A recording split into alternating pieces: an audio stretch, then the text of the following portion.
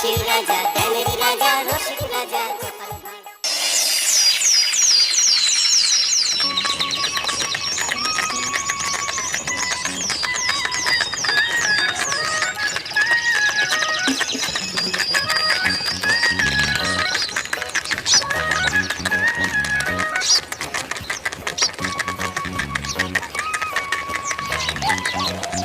অনেকদিন পর বেশ লাগছে বন্ধুমন। মাঝে মাঝে কাজের ফাঁকে এইসব জায়গায় এলে মন খুব ভালো লাগে। শুদ্ধ বাতাস, মাটির সোনার গন্ধ, পাখির কলতান, আহা।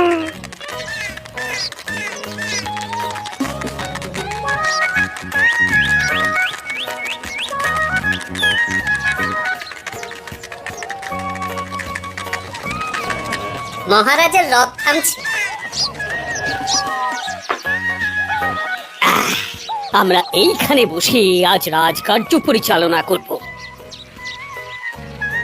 মন্ত্রী, তুমি ঝটপট এখানে বসার বন্দোবস্ত করে দাও। আমি এক্ষুনি ব্যবস্থা করে দিচ্ছি মহারাজ। এই এখানেই আমাদের বসার জন্য ছাউনি করে দাও। এক্ষুনি করে দিচ্ছি মন্ত্রী মশাই। এরা বসার জায়গাটা করে দিক, ততক্ষণ আমরা একটু হেঁটে আসি।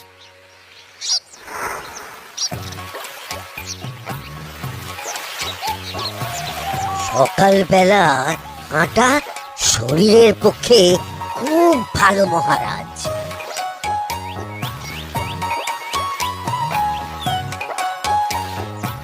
আগেকার দিনে রাজা মহারাজরা এই সব বনে মৃগয়া করতে আসতেন। মৃগয়া একদম ভালো নয় মন্ত্রী। তুমি জঙ্গলে আসছো অন্য প্রাণীদের মারতে। কেন মারবে? ওরা তো তোমার কোনো ক্ষতি করেনি। না, তা করেনি, কিন্তু তখন ওটা রাজা মহারাজাদের খেলা ছিল। শুনেছি আপনার প্রপিতামহ খুব ভালো বাঘ শিকার করতেন, অনেক বাঘ মেরেছেন। মন্ত্রী, তুমি একটা কথা হয়তো জানো না।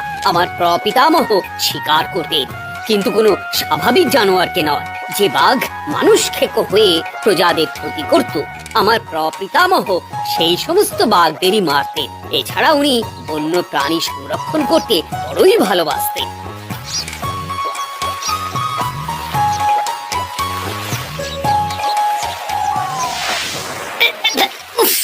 এটা আবার কি? এই এটা আবার কোথা থেকে উড়ে এলো? কোথাও তো ঝড় হাওয়া কিছুই নেই।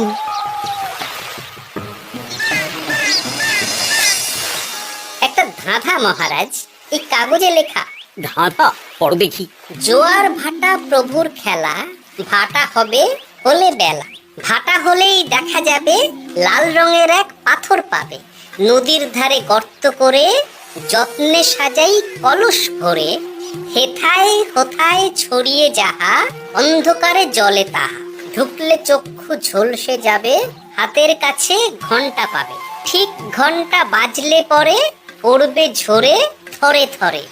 ঘন্টা যদি হয় ভুল, যেন তুমি হারাবে কুল। ঠিক ঘন্টা চিনতে হলে নকশা দেখো চক্ষু খুলে। সিন্দুক দেওয়ালে হাত দাও, আসল ঘটনা জেনে নাও। ওরে বাবা, খুব দীর্ঘ ধাঁধা। তা মন্ত্রী, তুমি কিছু বুঝলে? এটা একটা গুপ্তধনের নকশা। এর মধ্যে গুপ্তধন কোথায় আছে তার একটা ধারণা দেওয়া আছে। গুপ্তধন? ওটা আমাকে পেতেই হবে, পেতেই হবে। দেখি দেখি, একবার কাগজটা দাও। গোপাল, কাগজটা আগে আমার হাতে দাও, দেখি ভালো করে। এখন নদীতে জোয়ার চলছে গোপাল। একটু পরেই ভাটা শুরু হবে। হ্যাঁ, ভাটা না হলে কিচ্ছু বোঝা যাবে না। এখানে স্পষ্ট লেখা আছে, ভাটা হলেই দেখা যাবে লাল রঙের এক পাথর পাবে। তার মানে আমাদের ভাটা হওয়া পর্যন্ত অপেক্ষা করতে হবে।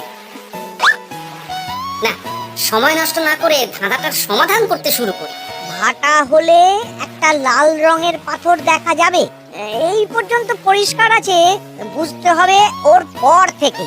পড়ো গোপাল, এই চলো আমরা সবাই বুদ্ধি লাগাই। নদীর ধারে গর্ত করে যত্নে সাজাই কলস ভরে। এটার অর্থ, ধাঁধাটা মাথায় বসিয়ে নিয়েছি, এবার কে কি বলবে সেটা শুনতে হবে।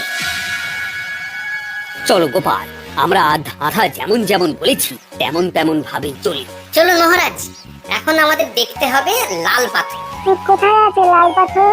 চলো চলো সবাই, চোখ কান খুলে আমরা নদীর পাড় ধরে হাঁটি। আমি একটু তফাতে হাঁটি। গুপ্তধন আমাকে একা পেতে হবে। ভাটা হলেই দেখা যাবে লাল রঙের এক পাথর পাবে। আমাকে চোখ কান খোলা রাখতে হবে। লাল পাথর, নদীর চড়ায় লাল পাথর দেখতে হবে। লাল পাথর, লাল পাথর। ওটা কি? তো এই তো লাল পাথর, লাল পাথর। ওরা অনেকটা এগিয়ে গেছে, ওদের আমার দিকে নজর নেই।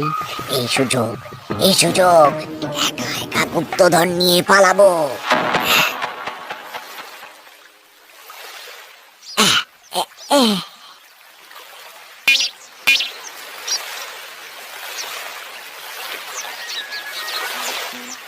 কি গো, আমরা তো হেঁটেই চলেছি, লাল পাথর তো কই দেখতে পাচ্ছি না। আরেকটু হাঁটতে হবে মহারাজ। গুপ্তধন বলে কথা, ওকে আর সহজে ধরা দেয়? সেটা অবশ্য সঠিক কথা। আচ্ছা, আমরা সবাই তো আসছি হেঁটে হেঁটে, মন্ত্রী মশাই গেলেন কোথায়? উফ, কি যে ঘটে। সত্যি তো, মন্ত্রী কোথায়? ও সেনাপতি, মন্ত্রীকে দেখেছো? কই না তো মহারাজ। তাহলে কোথায় গেলেন মন্ত্রী মশাই? এই জঙ্গলে বাঘ ভাল্লুক আছে, শেষে কিনা বাঘে নিল। আয় আয় আয়, মন্ত্রী গিন্নির কাছে আমি কি মুখ দেখাবো? হুম, বাঘ ভাল্লুকের পেটে যাবার লোক তো মন্ত্রী মশাই নন। ও গোপাল, কি ভাবছো? কিছু তো একটা বলো। এখন আমাদের মন্ত্রী মশাইকে খুঁজতে হবে। তবে মন্ত্রী মশাই বাঘ ভাল্লুকের পেটে যায়নি। তুমি নিশ্চিত হচ্ছ কি করে? অত পেঁচালা মানুষকে বাঘ ভাল্লুক গন্ধ শুকেই ছেড়ে দেবে, হজম করতে পারবে না। না না না, এখন রসিকতা করার সময় নয়, আমাদের মন্ত্রীকে খুঁজে বার করতেই হবে। কোথায় গেল মন্ত্রী? চলো চলো, গুপ্তধন মাথায় থাক, চলো মন্ত্রীকে খুঁজি। আহ, মন্ত্রী কোথায় গেল কে জানে। একবার পুরো ধাঁধাটা ঝালিয়ে নি। ভাটা হলেই দেখা যাবে লাল রঙের এক পাথর পাবে। ভাটা হয়েছে, লাল রঙের পাথরের মাথায় চাপ দিয়ে গুহার মুখও খুলেছি। এবার এবার নদীর ধারে গর্ত করে যত্নে সাজাই কলস ভরে। এটাই তো ঠিক বুঝতে পারছি না।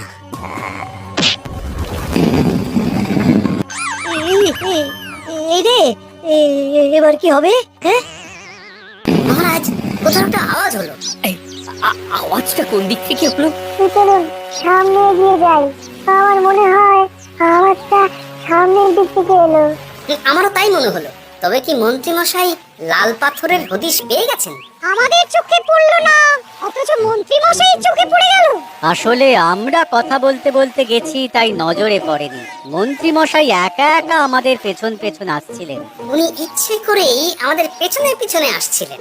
নিজে একা গুপ্তধন নিয়ে যেতে চেয়েছিলেন, এখন কোথায় আছেন কে জানে।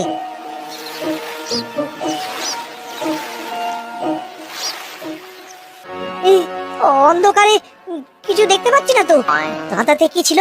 হ্যাঁ, কি ছিল? হেথায় হোথায় ছড়িয়ে যাহা, অন্ধকারে জলে তাহা, ঢুকলে চক্ষু ঝলসে যাবে, হাতের কাছে ঘন্টা পাবে। পেয়েছি পেয়েছি, ঘন্টা ঘন্টা ঘন্টাটা পেতে হবে। ঘন্টাটা ঘন্টাটা ঘন্টা। ভাটা হলেই দেখা যাবে লাল রঙের এক পাথর পাবে। নদীর ধারে গর্ত করে যত্নে সাজাই কলস ভরে, হেথায় কোথায় ছড়িয়ে যাহা, অন্ধকারে জলে তাহা, ঢুকলে চক্ষু ঝলসে যাবে, হাতের কাছে ঘন্টা পাবে। ঠিক ঘন্টা বাজলে পরে পড়বে ঝরে থরে থরে। ঘন্টা যদি হয় ভুল, যেন তুমি হারাবে কুল। ঠিক ঘন্টা চিনতে হলে নকশা দেখো চক্ষু খুলে। সিন্দুক দেওয়ালে হাত দাও, আসল ঘটনা জেনে না। এবারে ভালো করে ঠান্ডা মাথায় ভাবতে হবে। ভাটা হলেই দেখা যাবে লাল রঙের এক পাথর পাবে। সেই লাল পাথরটাই তো খুঁজে পাওয়া যাচ্ছে না, অথচ মন্ত্রী মশাই খুঁজে পেলেন।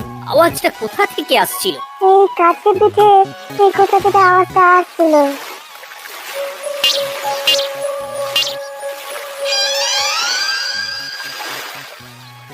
এই তো, এটাই মনে হয় সেই লাল পাথর। একটু নাড়িয়ে চাড়িয়ে দেখি তো কিছু হয় কিনা।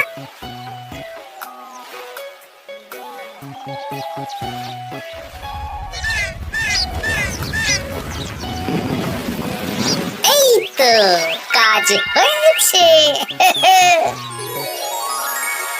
তো সুড়ঙ্গ। আপনারা নিচে নামুন। আপনারা কি দেখছেন সেটা বলবেন মহারাজ। সবাই যদি নেমে যাই, যদি কোনো কারণে সুড়ঙ্গের মুখ বন্ধ হয়ে যায়, তাহলে আর আমরা বাইরে বেরোতে পারবো না মহারাজ। গোপাল ঠিকই বলেছে, আমরা দুজন বাইরে থাকি। মহারাজ, আরেকটা কথা, কোনো ঘন্টায় হাত দেবেন না, মনে আছে তো? ঘন্টা যদি হয় ভুল, যেন তুমি হারাবে কুল। ওরে বাবা, এই বয়সে আর কুল হারাতে চাই না। ঠিক আছে, তোমার কথাই অক্ষরে অক্ষরে পালন করব। দেখি এই সুরঙ্গে মন্ত্রী মশাইকে দেখতে পাই কিনা। চলুন মহারাজ, সুরঙ্গে নামি। সবাই সাবধানে নামো।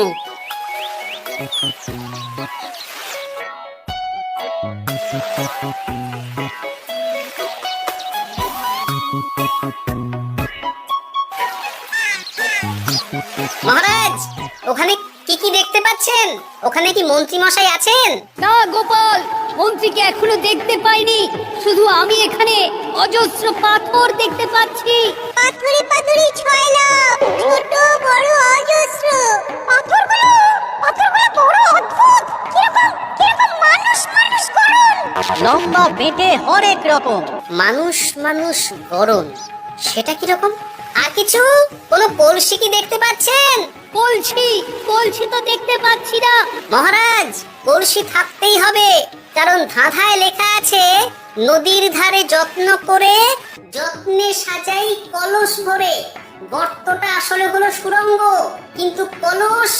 মহারাজ, মহারাজ, এইদিকে এইদিকে একটা কলসের মতো কি যেন আছে। এইদিকে আসুন, এইদিকে এইদিকে। হ্যাঁ গোপাল, দেখতে পেয়েছি।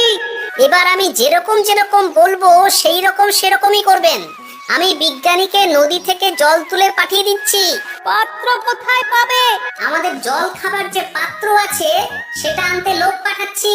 ঠিক আছে। শুধু একটা কথা বলছি, আপনারা কেউই সুড়ঙ্গের ভেতরে কোনো কিছুতে হাত দেবেন না। কেন গোপাল? সব পরে বলবো, এখন আমি যা বলছি সেটা শুধু মনে রাখুন। সুড়ঙ্গের ভেতরে কিছুতে হাত দেবেন না। ঠিক আছে। প্রহরী, তুমি যাও, যেখানে আমাদের বসবার আয়োজন করা হয়েছে সেখানে গিয়ে একটা জলের পাত্র নিয়ে নদী থেকে জল ভরে নিয়ে এসো।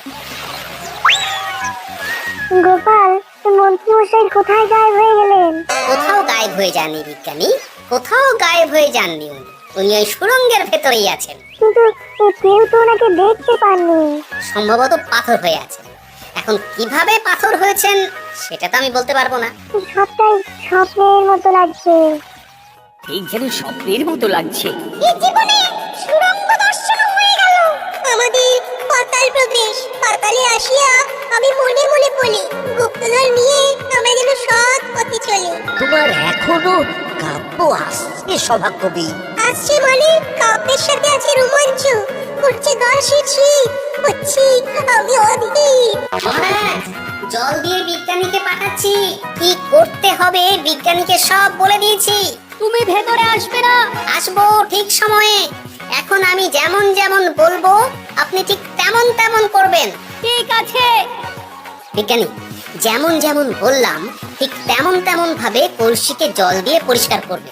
মনে রেখো, ধাঁধায় আছে কলসি সাজাই যতন কর। তুমি একটা কথা মনে রেখো বিজ্ঞানী, কোথাও হাত দিও না কিন্তু। ঠিক আছে গোপাল, তোমার উপস্থিত বুদ্ধির তুলনা নেই। আমি যাচ্ছি গোপাল। সাবধানে সাবধানে। মহারাজ, বিজ্ঞানী যাচ্ছে। সাবধানে নামো, সাবধানে। মহারাজ, এই কলসিটা কোথায়? ওই তো, একটু সাবধানে যাও।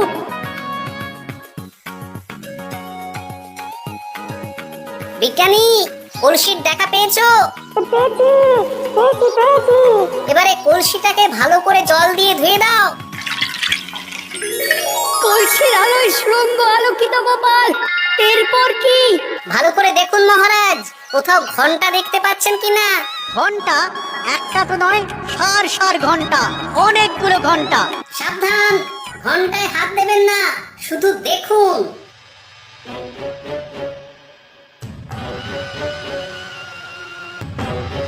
মহারাজ, আমরা গুপ্তধনের খুব কাছে চলে এসেছি।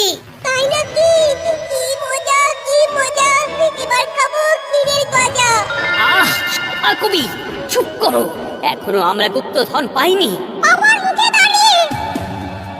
সবগুলো তারা আঁকা। বিজ্ঞানী, কোন ঘন্টায় চাঁদের নকশা করা আছে কি? একটু দেখে বলো না।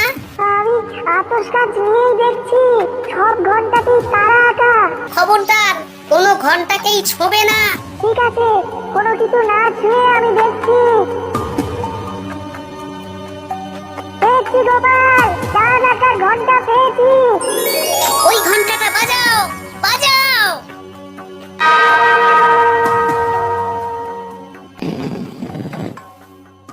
গুপ্তধন পেয়েছেন মহারাজ?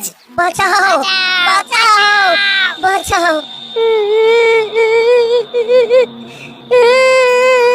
বাঁচান মহারাজ, বাঁচান। বিজ্ঞানী, মন্ত্রীর গলা পাচ্ছ না? মহারাজ, আমি পাথর হয়ে আছি, আমাকে মানুষ করুন মহারাজ। তুমি তো মানুষই ছিলে, হঠাৎ করে পাথর হলে কেন? মহারাজ, গুপ্তধন পেয়েছেন? পেয়েছি, তার সাথে মন্ত্রীকেও পেয়েছি। মন্ত্রী এইখানে কোথাও পাথর হয়ে দাঁড়িয়ে আছে। দাঁড়ান মহারাজ, এবার আসছি। সাবধানে এসো। আমি ভেতরে যাচ্ছি, বুঝলে? যদি কোনো কারণে দেখো পাথরটা গুহার মুখটা আটকে দিয়েছে, অমনি তোমাদের কাজ হলো পাথরটাকে ছুঁয়ে ফেলা, বুঝলে? ঠিক আছে গোপাল দাদা। আমার মনে হয় বিপদ আর কিছু ঘটবে না, তবু সাবধানের তো মান নেই। ঠিক আছে, তুমি নিশ্চিন্তে ভেতরে যাও। বাঁচাও, আমাদের বাঁচাও। আমাদের সবাইকে মানুষ করুন, আমাকে মানুষ করুন মহারাজ। আপনাকে তো মানুষ করা হবে মন্ত্রী মশাই। আগে বলুন, আপনি পাথর হলেন কি করে? ও, মনে পড়েছে, ধারা শেষ লাইন। সিন্দুক দেওয়ালে হাত দাও, আসল খবর জেনে নাও। সত্যি গোপাল, তুমি না থাকলে এই এত কিছু আমাদের সবার কাছে অজানাই থেকে যেত।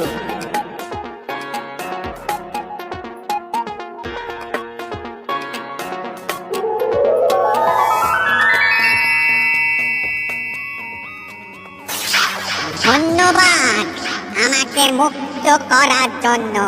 আপনি কে? আমি যক্ষ, আমাকে এই ধন সম্পত্তি পাহারা দেওয়ার জন্য এক ডাকাত দলের সর্দার যক্ষ করে রেখেছিল। আমি 100 বছর ধরে এইখানে যক্ষ হয়ে আছি।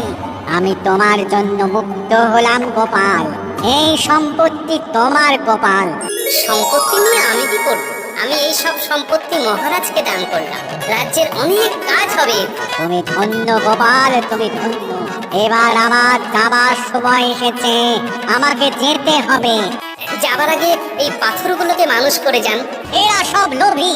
আমি আমার সীমিত ক্ষমতায় এই গুপ্ত ধনের ধাঁধাকে এখানে যারাই ভ্রমণ করতে আসে তাদের হাতে তুলে দিই, কিন্তু কেউ এই ধাঁধার সমাধান করতে পারে না। সবার মনে লোভ কাজ করে, এই লোভ এদেরকে পাথর করে রেখেছে। পাথর হলো কি করে? একটা মানুষ এসে বুক ভরা লোভ নিয়ে আধা পুরো না জেনে পাথরে হাত দিলেই সে পাথর হয়ে যাবে। আমাদের ভুল হয়েছে, আর লোভ করবো না। আমাকে মুক্ত করে দিন, আমার খুব ভুল হয়েছে মহারাজ, মুক্ত করে দিন আমায়। তুমি এখানে আগে এসেছিলে, তাই তো আগে এসে ভাবলে নিজেই একা একা গুপ্তধনকে হরপ করে দেবে। এদিকে তোমাকে না দেখতে পেয়ে আমাদের কত চিন্তা হচ্ছিল। তারা লোভী, তারা কারো কথা ভাবে না, শুধু নিজের কথা ভাবে। আমাকে আর একটা সুযোগ দিন, আমি আর লোভ করব না মহারাজ। তোমার কথার কোনো দামই নেই। না মহারাজ, আমাকে আর একটা সুযোগ দিয়ে দেখুন, আমি আর লোভ করব না, আমাকে মানুষ করুন মহারাজ। আমাদের সবাইকে মানুষ করুন, দয়া করে মানুষ করুন। যক্ষরাজ, এদের আপনি ক্ষমা করে দিন। ঠিক আছে, তোমাদের আমার মানুষ করে দিচ্ছি।